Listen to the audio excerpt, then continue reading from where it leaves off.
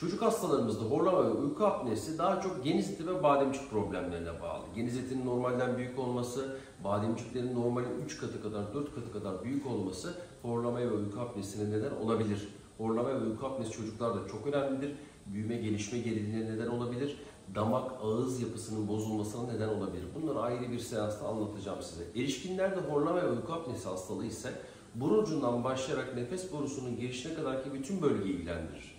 Yani hastanın burnu, genizli, küçük deli, yumuşak damağı, büyük deli, bademcikler bölgesi, dil kökü hepsi irdelenmeli, hepsi incelenmeli ve tedaviyi ona göre planlamak gerekir. Uyku testi erişkin hastalarda altın standarttır. Uyku testi orta ve ağır uyku apnesi düşündüğümüz hastalarda mutlaka yapıyoruz. Sonrasında tedaviye geçiyoruz. Unutmayın, horlamanın tedavisi her hastada kişiden kişiye farklılık gösterir.